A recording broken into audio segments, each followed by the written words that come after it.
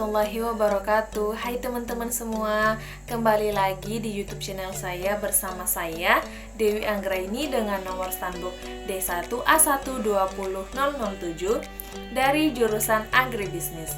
Oke teman-teman, di video saya kali ini saya akan menjelaskan tentang ini. Oke, lanjut saja. Pancasila sebagai sistem etika di samping merupakan way of life bangsa Indonesia, juga merupakan struktur pemikiran yang disusun untuk memberikan tuntutan atau panduan kepada setiap warga negara Indonesia dalam bersikap dan bertingkah laku. Pancasila sebagai sistem etika dimaksudkan untuk mengembangkan moralitas dalam diri setiap individu untuk memiliki kemampuan menampilkan sikap individu dalam kehidupan bermasyarakat, berbangsa, dan bernegara. Oke, kita lanjut yang ini. Yang pertama, konsep Pancasila sebagai etika.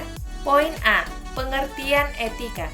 Istilah etika berasal dari bahasa Yunani ethos, yang artinya tempat tinggal yang biasa, padang rumput, kandang, kebiasaan, adat, watak, sikap, dan cara berpikir. Secara etimologis, etika berarti ilmu tentang segala sesuatu yang biasa dilakukan atau ilmu tentang adat kebiasaan. Etika dalam arti yang luas ialah ilmu yang membahas tentang kriteria baik dan buruk. Frondisme menerangkan bahwa nilai merupakan kualitas yang tidak real karena nilai itu tidak ada untuk dirinya sendiri. Nilai membutuhkan pengemban untuk berada. Lackey menjelaskan bahwa paling tidak ada 6 pengertian nilai dalam penggunaan secara umum, yaitu sebagai berikut. Pertama, sesuatu yang fundamental yang dicari orang sepanjang hidupnya. Yang kedua, suatu kualitas atau tindakan yang berharga, kebaikan, makna, ataupun pemenuhan karakter untuk kehidupan seseorang. Yang ketiga, suatu kualitas atau tindakan sebagian membentuk identitas seseorang sebagai pengevaluasian diri, penginterpretasian diri, dan pembentukan diri. Yang keempat, suatu kriteria fundamental bagi seseorang untuk memilih sesuatu yang baik di antara berbagai kemungkinan tindakan. Yang kelima, suatu standar yang fundamental yang dipegang oleh seseorang ketika bertingkah laku bagi dirinya dan orang lain. Dan yang terakhir, suatu objek nilai, suatu hubungan yang tepat dengan sesuatu yang sekaligus membentuk hidup yang berharga dengan identitas kepribadian seseorang. Namun, tahukah kalian teman-teman bahwa dalam bahasa pergaulan, orang seringkali mencampur padukan istilah etika dan etiket. Padahal keduanya mengandung perbedaan makna yang hakiki.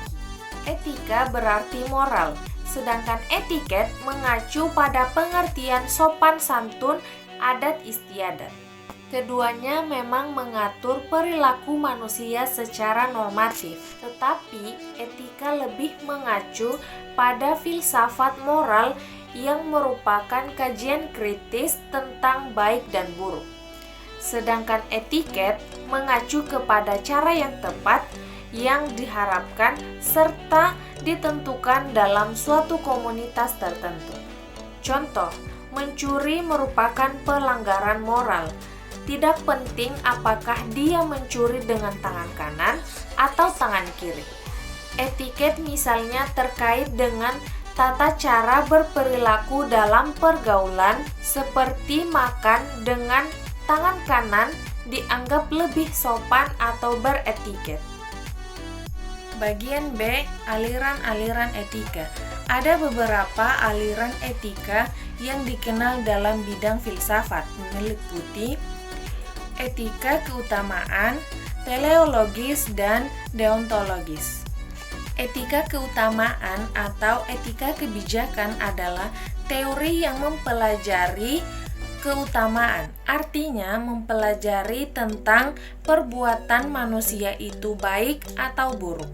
Etika teleologis adalah teori yang menyatakan bahwa hasil dari nilai moral menentukan nilai tindakan atau kebenaran tindakan dan dilawankan dengan kewajiban. Etika deontologis adalah teori etis yang bersangkutan dengan kewajiban moral sebagai hal yang benar dan bukannya membicarakan tujuan atau akibat. Bagian C, etika Pancasila.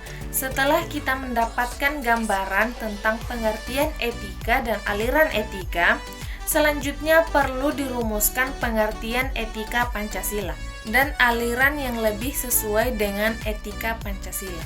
Etika Pancasila adalah cabang filsafat yang dijabarkan dari sila-sila Pancasila untuk mengatur perilaku kehidupan bermasyarakat, berbangsa, dan bernegara di Indonesia. Oleh karena itu, dalam etika Pancasila terkandung nilai-nilai ketuhanan, kemanusiaan, persatuan, kerakyatan, dan keadilan. Sila ketuhanan mengandung dimensi moral berupa nilai spiritualitas yang mendekatkan diri manusia dengan Sang Pencipta. Ketaatan pada nilai agama yang dianut. Sila kedua mengandung dimensi humanus, artinya menjadikan manusia lebih manusiawi, yaitu upaya meningkatkan kualitas kemanusiaan dalam pergaulan antar sesama. Sila persatuan mengandung dimensi nilai solidaritas, rasa kebersamaan, dan cinta tanah air. Sila kerakyatan mengandung dimensi nilai berupa sikap menghargai orang lain, mau mendengar pendapat orang lain, dan tidak memaksakan kehendak kepada orang lain. Dan sila yang terakhir, sila keadilan, mengandung dimensi nilai mau peduli terhadap nasib orang lain dan kesediaan membantu kesulitan orang lain. Kebijaksanaan artinya melakukan suatu tindakan yang didorong oleh kehendak yang tertuju pada kebaikan serta atas dasar kesatuan, akal, rasa, kehendak yang berupa kepercayaan yang tertuju pada kenyataan mutlak atau Tuhan dengan memelihara nilai-nilai hidup kemanusiaan dan nilai-nilai hidup religius. Kesederhanaan artinya membatasi diri dalam arti tidak melampaui batas dalam hal kenikmatan. Keteguhan artinya membatasi diri dalam arti tidak melampaui batas dalam menghindari penderitaan. Keadilan artinya memberikan sebagai rasa wajib pada diri sendiri dan manusia lain, serta terhadap Tuhan dengan segala sesuatu yang telah menjadi haknya. Kita lanjut pada poin yang kedua. Urgensi Pancasila sebagai sistem etika. Pentingnya Pancasila sebagai sistem etika terkait dengan problem yang dihadapi bangsa Indonesia sebagai berikut. Pertama, banyaknya kasus korupsi yang melanda negara Indonesia sehingga dapat melemahkan sendi-sendi kehidupan berbangsa dan bernegara. Yang kedua, masih terjadinya aksi terorisme yang mengatasnamakan agama sehingga dapat merusak semangat toleransi dalam kehidupan antar umat beragama dan meluluhlantakan semangat persatuan atau mengancam disintegrasi bangsa. Ketiga, masih terjadinya pelanggaran HAM atau hak asasi manusia dalam kehidupan bernegara, seperti kasus penyerbuan lembaga pemasyarakatan pada tahun 2013 yang lalu. Yang keempat, kesenjangan antara kelompok masyarakat kaya dan miskin masih menandai kehidupan masyarakat Indonesia.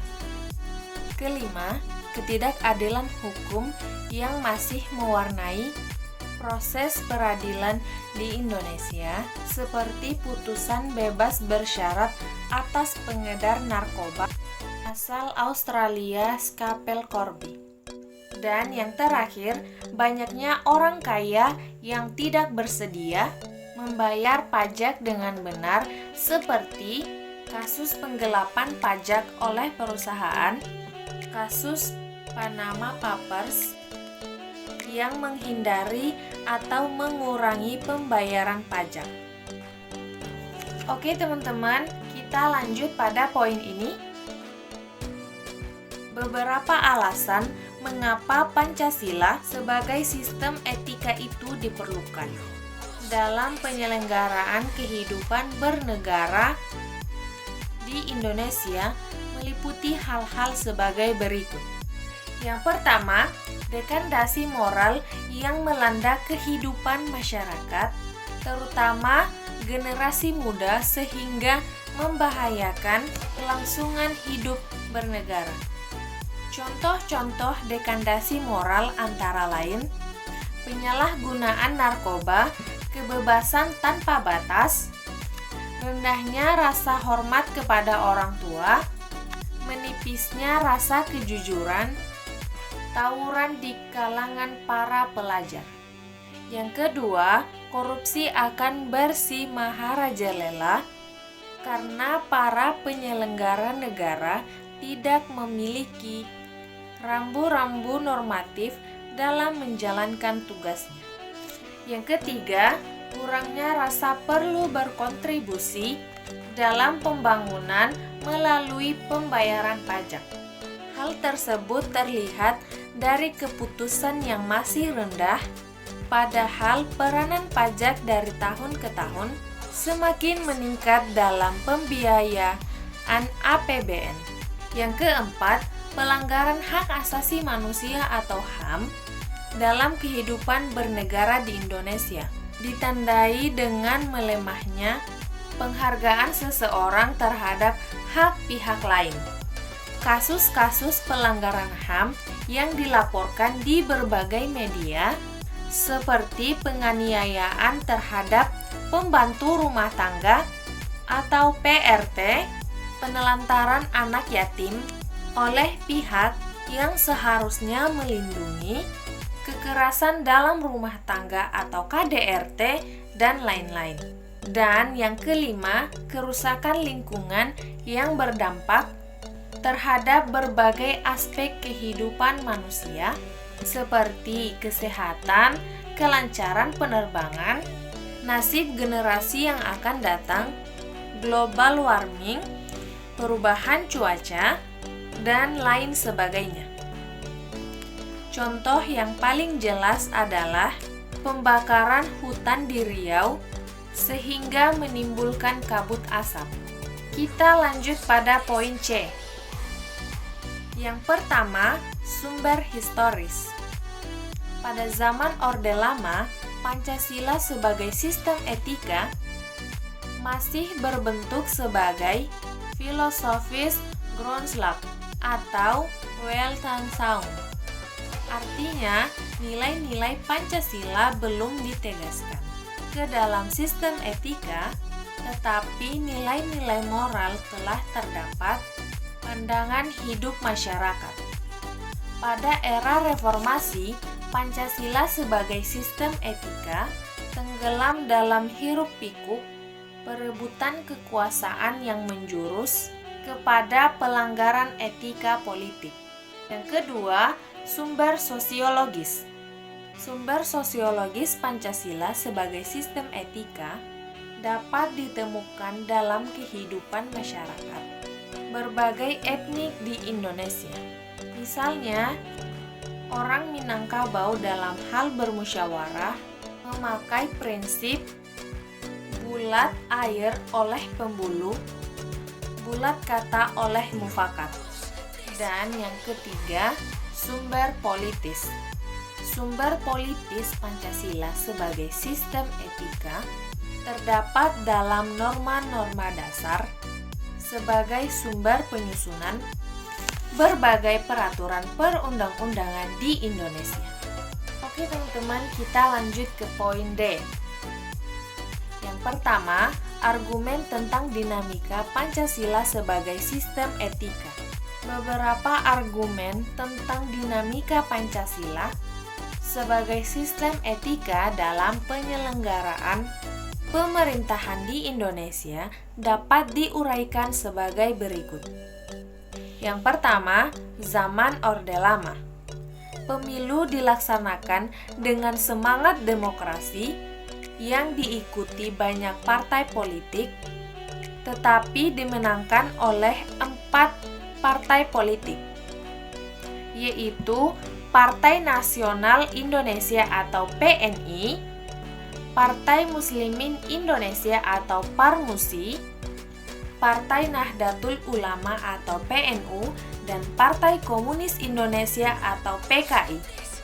Yang kedua, zaman Orde Baru sistem etika Pancasila diletakkan dalam bentuk penataran P4, manusia seutuhnya dalam pandangan Orde Baru. Artinya, makhluk sebagai ciptaan Tuhan Yang Maha Esa yang secara kodratik bersifat monodualistik, yaitu makhluk rohani sekaligus makhluk jasmani dan makhluk individu sekaligus makhluk sosial. Dan yang ketiga, sistem etika Pancasila pada era reformasi tenggelam dalam euforia demokrasi. Namun seiring dengan perjalanan waktu, disadari bahwa demokrasi tanpa landasi sistem etika politik akan menjurus pada penyalahgunaan kekuasaan serta menghalalkan segala cara untuk mencapai tujuan. Yang kedua, argumen tentang tantangan Pancasila sebagai sistem etika. Hal-hal berikut dapat menggambarkan beberapa bentuk tantangan terhadap sistem etika Pancasila pada zaman Orde Lama berupa sikap otoriter dalam pemerintahan, sebagaimana yang tercermin dalam penyelenggaraan negara yang menjalankan sistem demokrasi terpimpin. Yang kedua, tantangan terhadap sistem etika Pancasila pada zaman Orde Baru terkait dengan masalah NKK atau nepotisme, kolusi, dan korupsi yang merugikan penyelenggaraan negara. Dan yang ketiga, tantangan terhadap sistem etika Pancasila pada era reformasi berupa euforia kebebasan berpolitik sehingga mengabaikan norma-norma moral. Misalnya, munculnya anarkisme yang memaksakan kehendak dengan mengatasnamakan kebebasan berdemokrasi. Oke teman-teman, itu penjelasan dari saya. Nanti lanjutannya akan dilanjutkan pada video berikutnya. Terima kasih. Assalamualaikum.